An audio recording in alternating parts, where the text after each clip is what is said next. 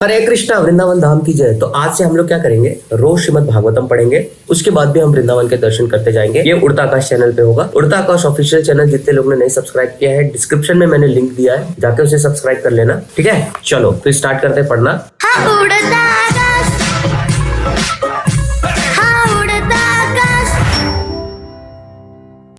तो बेसिकली मैं श्रीमद् भागवतम स्कंद 4 अध्याय 3 पढ़ रहा था। मैं आगे से पढ़ते हुए आ ही रहा था। तो यहाँ पे अभी मैं बेसिकली पहुंचा हूँ। भगवान शिव सती के साथ में संवाद कर रहे हैं और शिव ना, भगवान शिव जी बहुत इतनी सुंदर बातें कर रहे हैं कि आप सुनोगे तो आपका दिल खुश हो जाएगा। तो मैं पढ़ता हूँ। तो अभी मैं बेसिकली श्लोक नंबर कितने पे हूँ, 19। ठीक है, मैंने आगे से ऑलरेडी पढ़ लिया है। तो श्लोक नंबर 19, शिव जी ने कहा, यदि कोई शत्रु के बाणों से आहत हो तो उसे उतनी व्यथा नहीं होती जितनी की स्वजनों के कटु वचनों से होती है, क्योंकि यह पीड़ा दिन रात हृदय में चुभती रहती है। अगर हमें कोई तलवार से भी मार दे उतना हमें दर्द नहीं होता, पर जितना दर्द हमें होता है जब कोई अपना स्वजन, जिसको हम अपना मानते हैं, हे कृष्ण, जिसे हम अपना मानते हैं, अगर वो व्यक्ति हमें कुछ बोल दे तो हमें बहुत हृदय में कट पहुंचती है, बहुत चुभता है और उसकी जो पीड़ा है ना, वो दिन रात होती रहती है। श्रील प्रभुपाद तात्पर्य में बताते हैं, हो सकता है कि सती ने सोचा हो कि वो अपने पिता के घर जाने का दुस्साहस करेगी और यदि उसके पिता कटु वचन कहते भी हैं तो वो सह लेगी, जिस प्रकार कभी कभी शत्रु अपने माता पिता की झिझकड़ियों से सहता है। लेकिन शिव ने उन्हें स्मरण दिलाया कि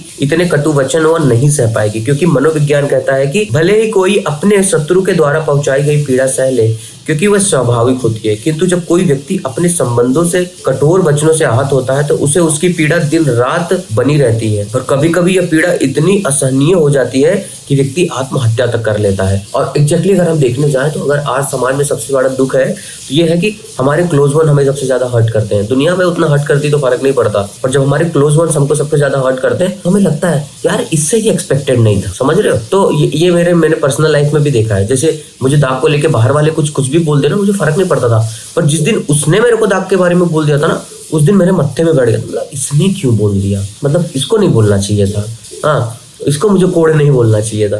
तो ऐसे बहुत सारी चीजें होती है जो हमारे संबंधी हमें बोल देते हैं तो हमें बहुत आहत होती है। तब आता है, तब अच्छा रोल प्ले होता है श्रीमद् भागवतम का, भगवान के भक्तों का और शास्त्रों का। तो जब हमारे पास शास्त्रों का ज्ञान रहता है तो हम ओवरकम हो जाते हैं। हे शुभांगिनी प्रिय, यह स्पष्ट है कि तुम दक्ष को अपनी पुत्रियों में सबसे अधिक प्यारी हो। तुम भी उसके घर की सम्मानित नहीं होगी क्योंकि तुम मेरी पत्नी हो, उल्टे तुम्हें ही दुख होगा कि तुम मुझसे संबंधित हो। तो यहाँ पे बेसिकली कॉन्टेक्स्ट ये चल रहा है कि भगवान शिव को, जो उनके सती के जो पिताजी थे, वो उनसे में थोड़ा सा बैर चल रहा था और वो उनको इनविटेशन नहीं मिला था। तो ये कॉन्टेक्स्ट चल रहा है। ठीक है, जो मिथ्या, अब ये वाली लाइन बहुत ही अच्छी है और बहुत ही सुंदर है, ध्यान से सुनना। ठीक है, जो मिथ्या अहंकार से प्रेरित होकर सदैव मन तथा इंद्रियों से संतापित रहता है, वो स्वरूप सिद्ध पुरुषों के ऐश्वर्य को सहन नहीं कर पाता। आत्म साक्षात्कार के पद में उठने में सक्षम होने की वजह से ऐसे पुरुषों में उसी प्रकार से ईर्ष्या करता है जिस प्रकार असुर भगवान से ईर्ष्या करते हैं। समझ में आ रहा है? असुर जिस प्रकार से भगवान से ईर्ष्या करते हैं वैसे ही हो जाता है। और उसके बाद हम पढ़ते हैं, हे तरुण ने भार्य, निसंदेह मित्र तथा स्वजन खड़े होकर एक दूसरे का स्वागत और नमस्कार करके परस्पर अभिवादन करेंगे, किंतु जो दिव्य पद पर ऊपर उठ चुका है वह प्रबुद्ध होने के कारण ऐसा सम्मान प्रत्येक शरीर में वास करने वाले परमात्मा को ही करता है, देहाभिमानी पुरुष को नहीं। अगर हम किसी व्यक्ति को प्रणाम भी करते हैं तो वास्तव में ये जो शरीर का जो ढांचा है, अगर आप समझने जाओगे, जो शरीर का ढांचा है, इस शरीर के ढांचे को, इस शरीर के अंदर बैठे श्री भगवान को प्रणाम करते हैं। वास्तविक बुद्धि तो ये है, पर हमें लगता है कि हम इस व्यक्ति विशेष फला शरीर को प्रणाम कर रहे हैं। नहीं, वास्तव में उस शरीर के अंदर, और इसमें अगर तात्पर्य में मैं पढ़ता हूँ, ध्यान से सुनना। ठीक है, यहाँ यह तर्क भी दिया जा सकता है कि शिव के ससुर होने के कारण दक्ष का सम्मान करना शिव का धर्म था। इसके उत्तर में यही कहना है कि जब कोई विद्वान पुरुष सत्कार होकर खड़ा करता है या नमस्कार करता है तो वह हर एक के हृदय में आसीन परमात्मा को नमस्कार करता है। अतः यह देखा जाता है कि वैष्णव में यदि शिष्य तक अपने गुरु को नमस्कार करता है तो बदले में गुरु तुरंत नमस्कार करता है, क्योंकि यह नमस्कार शरीर को नहीं वरना परमात्मा को किया जाता है। फलतः गुरु भी शिष्य के शरीर में स्थित परमात्मा को नमस्कार करता है। श्रीमद् भागवतम में भगवान कहते हैं कि उनको सम्मान करने की अपेक्षा उनके भक्तों को सम्मान देना अधिक मूल्यवान है। तो अगर हमें किसी को सम्मान देना ही है तो भगवान के भक्तों को सम्मान देना चाहिए। और यहाँ पे ये बताया गया है, सम्मान तो हमें सर्व जगत को देना चाहिए। जैसा कि शिक्षा अष्टकम में मैं देख रहा हूँ, शिक्षा अष्टकम के 3rd वाले उसमें क्या लिखा है, अमानी न मान दे कीर्तने सदा हरि। तो इस जगत में जो मान देने के लायक नहीं है, हमें उन्हें भी मान देना चाहिए। ठीक है। भक्त अपने को शरीर करके नहीं मानते हैं, अतः किसी भी वैष्णव को प्रणाम करने का अर्थ है विष्णु को प्रणाम करना का। यह भी कहा जाता है कि शिष्टाचार के नाते जो ही कोई वैष्णव दिखे उसे तुरंत नमस्कार किया जाना चाहिए, जिससे यह सूचित होता है कि उसके भीतर परमात्मा स्थित है। वैष्णव शरीर को विष्णु मंदिर कहा जाता है। जितने भी वैष्णव है उनके जो शरीर है वो एक्चुअली विष्णु मंदिर है। क्यों? क्योंकि वो क्या कहते हैं, मंदिर को ना तिलक से सजाते हैं, हर जगह तिलक लगाते हैं और उनको सजाते हैं। माथे पे तिलक रहता है, गले में कंठी रहती है, जिह्वा पे भगवान का नाम रहता है, माथे में उनको भगवान का स्मरण रहता है, तो चलता फिरता मंदिर है वो। क्योंकि शिव जी कृष्ण चेतना में परमात्मा को पहले ही नमस्कार कर चुके थे, अतः दक्ष को जो अपने को शरीर रूप में मान रहा था पहले ही नमस्कार अर्पित हो चुका था। हाँ, उसके शरीर को नमस्कार करने की आवश्यकता नहीं थी, क्योंकि किसी भी वैदिक आदेश में ऐसा निर्दिष्ट नहीं है।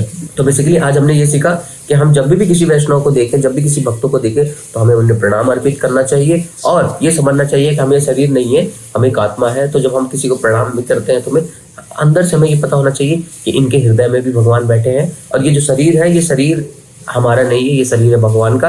और ये शरीर जो है एक मंदिर है। क्यों? क्योंकि अब कैसे मंदिर है, हम तिलक लगाते हैं, गले में कंठी है, माथे पे तिलक है, भगवान का विचार है। तो ये सारी चीजों से हमें पता चलता है कि हम कृष्ण भावना अमृत है, कृष्ण भावना भाविक है। हरे कृष्णा। तो अब हम चलते हैं ब्रज के दर्शन करने। बुक रीडिंग अच्छा लग रहा है ना? झोलीनेस गोपाल कृष्ण गोस्वामी महाराज समाधि मंदिर की जय, श्रील प्रभुपाद की जय। हरे कृष्णा प्रभु जी।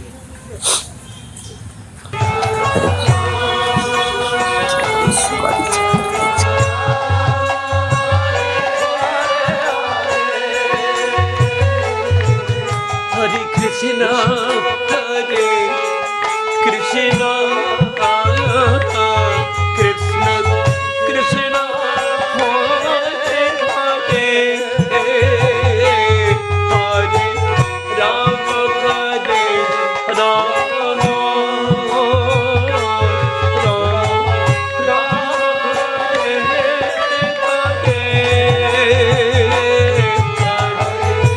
फिर से एक बार पहुंच गए हम स्कूल में।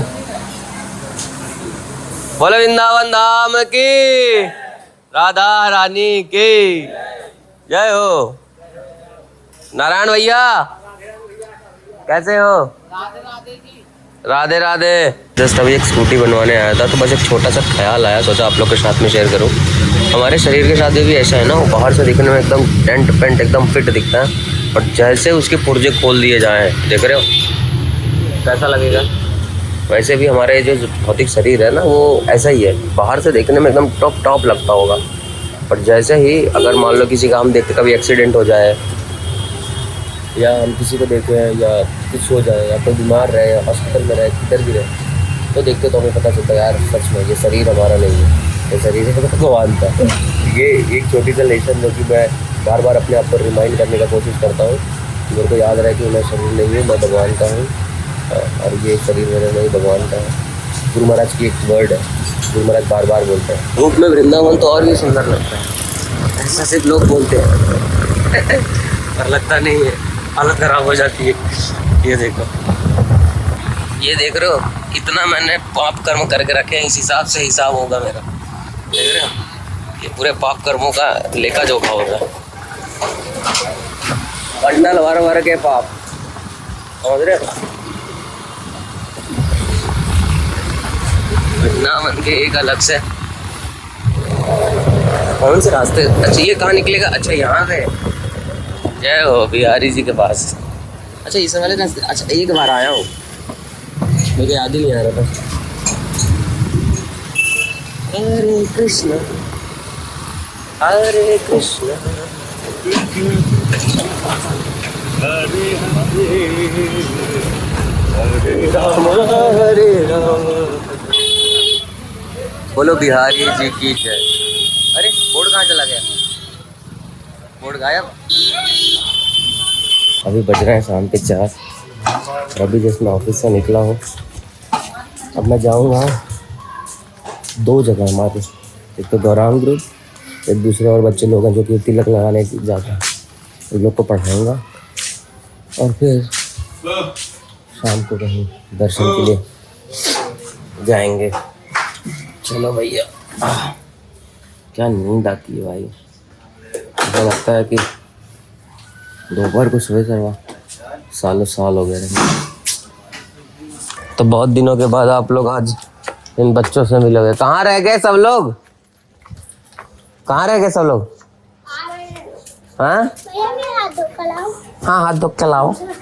हाथ धोने में क्या जाता है, हाथ धो के लाओ। आओ नित्या। ओए ये सो रहा है क्या? क्या सो रहा है? मनीष, बेटा मनीष, ओए ओए पुत्र, चल पढ़। पढ़ना नहीं है? पढ़ना नहीं है, चल पढ़। पढ़ो भाई पढ़ो, पढ़ेगा इंडिया तभी बढ़ेगा इंडिया। भैया अभी तो ये खेल रहा था। कोई बात नहीं, हो जाता है, कोई बात नहीं, थक जाते हैं आज, कोई बात नहीं, हो जाता है। मैं भी खेल लेता हूँ, थक जाता हूँ तो। कहाँ है सब बच्चे? दो गए हैं। हाँ दो गए हैं। कहाँ पे? चल लाली। ए क्यों राधे राधे क्यों रो रही है? चलो बिछाओ, पढ़ते हैं थोड़ा, 1 घंटा।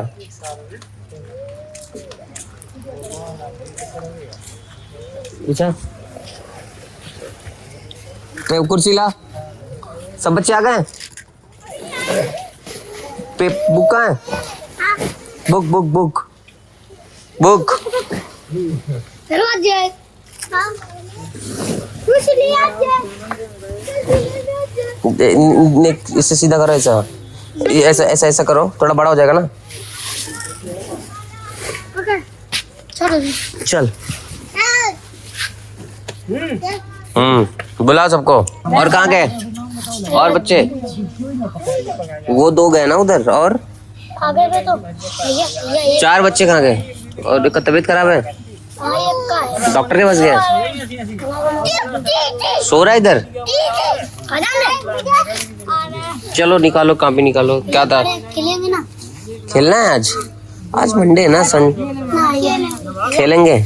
तो ये देखो, ये हमारे प्यारे दोस्त अपना अपना नाम बताएंगे। नाम बोल। अमन, क्रिस, अरुण। ए नाम बोल। नाम बोल दे। अरे भाई प्रकाश। प्रकाश शर्मा रहा है, शर्मा रहा है। अपना नाम बोल। कमल। ओ कहाँ गया? बोल। क्या? अरे विदेश?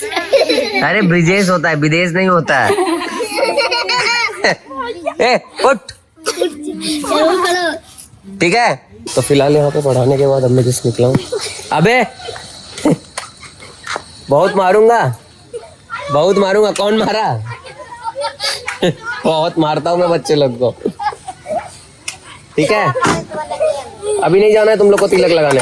दोस्तों तो फिर हम निकल चुके हैं अपनी जिंदगी को जीने और आपको कुछ दर्शन कराने के लिए। तो आइए चलते हैं श्री श्री राधा श्याम सुंदर कृष्ण बलराम गौर निताई के दर्शन करते हैं और कराते हैं। कराएंगे कैसे, मैं तो बताऊं। कराएंगे कैसे? कि वीडियो से कराएंगे भाई, वीडियो नहीं। अब उनकी आंखें थोड़ी बन जाऊंगा मैं। I can not become your eyes but I can become a medium. Oh my god, बीच वाला। दलाल उसको बोलते हैं, हिंदी में बोलेगा तो।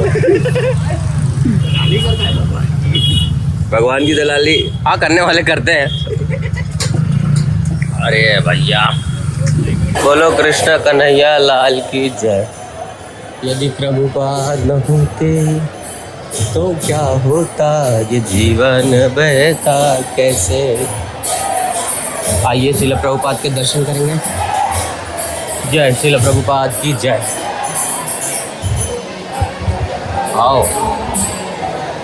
जगत गुरु श्रील प्रभुपाद की जय। थोड़े ही दिनों में कार्तिक मंथ स्टार्ट होने वाला है। यहाँ पे ना पैर रखने की जगह नहीं मिलेगी, क्योंकि ये बार मुझे लग रहा बहुत ज़्यादा भीड़ होगा, क्योंकि जिस हिसाब से इस साल में भक्ति का प्रचार हुआ है ना रील के माध्यम से, उस हिसाब से तो पूरा रील यहीं देखेगा। जय श्रील प्रभुपाद की जय। पतित पावन गौर निताई भगवान की जय।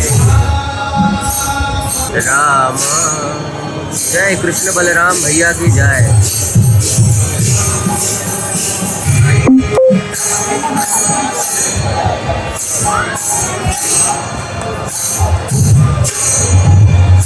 सब लोग गाइए।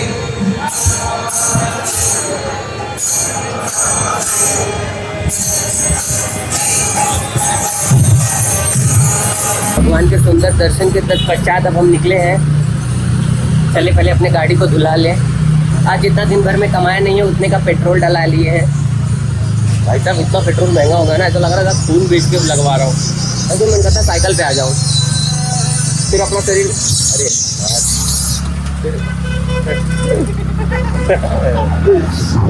जय हो।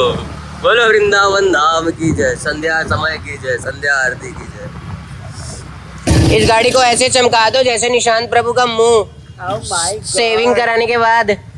लगा सीधा बीच में लगाओगे तो उसमें सीधा। हाँ उसमें सीधा बीच। अरे भाई अरे तेरे मुंह इतना साफ होगा क्या? लगा गाड़ी एकदम खून की तरह साफ कराना इसको। अबे प्रभु जी इसका मेकओवर कर दीजिए। इसको इसका स्पा कर दीजिए आज। मैं कहता हूँ कुछ अलग कर दे। देखो 2 जगह पे तो रखा जाता है गाड़ी, हाँ। बीच में नहीं रखा जाता। आज अलग कर दे। आजा तेरे को भेज देता हूँ उसमें। प्रभु जी इसका स्पा कर दीजिए, इसको एकदम स्पा कर दीजिए। हरे कृष्णा। तो जस्ट अभी घर पे पहुंचा और एक मजे की बात बताता हूँ। ये जो प्रसाद है, एक माता जी हैं जो कि दिल्ली से हैं, उन्होंने ये भेजा है। उनके मन में ऐसा था कि मैं अकेला रहता हूँ, मैं क्या खाता रहूँगा, तो माता जी ने ये मेरे लिए भेजा। थैंक यू सो मच माता जी, ये मिल गया है। माता जी की बहुत एज हो गई है, आई थिंक 78 ऐसा कुछ उनकी एज हो गई है। वो रोज़ ब्लॉग देखती हैं। अगर माता जी आप ये ब्लॉग देख रहे हो तो थैंक यू सो मच, आपने ये भेजा मेरे को खाने के लिए। एंड अभी मैं इसको ऑफर करके पाऊँगा। एंड फिलहाल अभी मैं जा रहा हूँ, हमारे महाराज जी आए हुए हैं, बनमाली महाराज जी, तो उनकी सेवा के लिए मैं जा रहा हूँ। तो अगर मैंने इसके आगे कुछ ब्लॉग बनाया तो मैं दिखा पाऊँगा, अदरवाइज़ ब्लॉग आज यहीं पे एंड है। आई होप आपको अच्छा लगा रहेगा। अगर अच्छा लगा रहेगा तो कमेंट करना, हाँ, और बहुत सारा प्यार दिखाना। हरे कृष्णा। जितने लोग ने चैनल नहीं सब्सक्राइब किया ना, उड़ता आकाश ऑफिशियल कर लेना। उसमें धमाल वीडियो पहली आएगी जो कि मैंने ऑलरेडी शूट कर ली है, ठीक है, दिखाएंगे आपको।